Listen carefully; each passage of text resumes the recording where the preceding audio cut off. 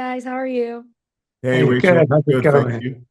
Doing great. So to start, I love Lost and I love The Most Dangerous Game. So the premise of this show was really interesting to me because I was like, great, it's like they went like this and melded those two things together.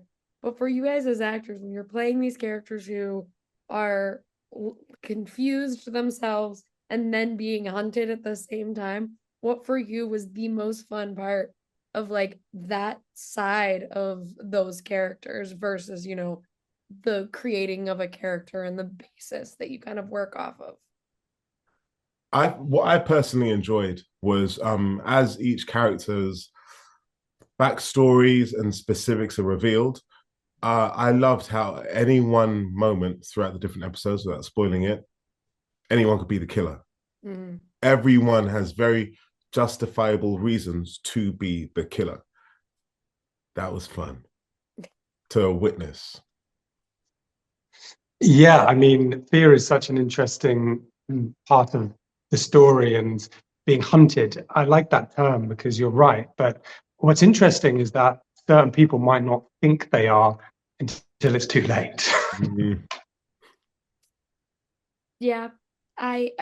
This show, like the first episode when they're all sleeping outside and there's two people in the airplane, I was like, that'd be me. I'm not sleeping outside in the jungle where there's snakes and spiders. Like, I'm not doing that. So like that part of this show where it is the survival instinct and it's everyone trying to like figure out how they're going to get out of this plane crash alive is really fascinating to me. But how does that kind of work for you guys from a character perspective? Like, is that something that you had to put into these characters when you were working on who they are prior to starting filming? That's a really good question. Do you know what's really interesting with that question is as actors, we're still, especially that first episode, figuring out our Mhm. characters' DNA, the fabric of these individuals.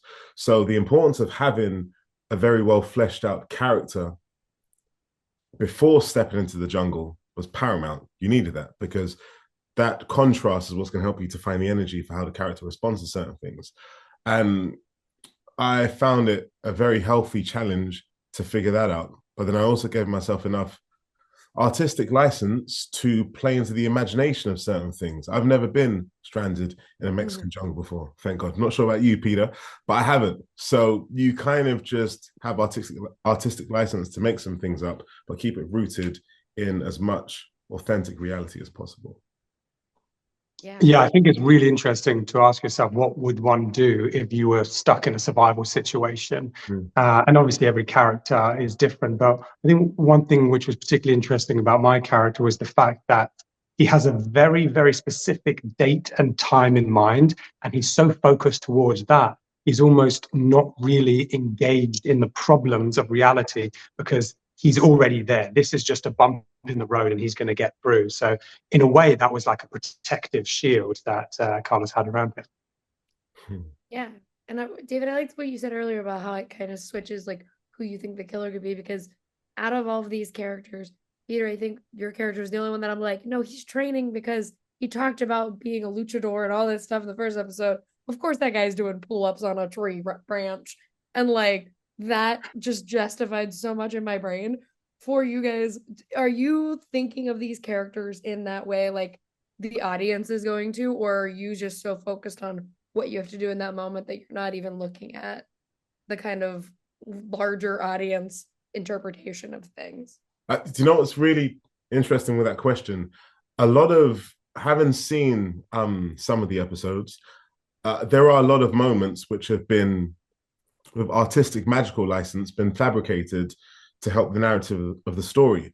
So when we were shooting, especially with Brian, the first three episodes, the camera would stay on us for a lot of the time, just in terms of extra coverage, because certain reactions became gold dust when it comes to the edit of each episode. So as much as we would do our own individual work, this is even more so the medium of the editor and the director to shape how they want you to see things, how the spotlight shines on this character who looks guilty, or it shines on that light, on that character to look guilty. So there's only so much we can do, and it's literally left in the hands of the editor and the director to manipulate the audience to see what they want to see what they want you to see.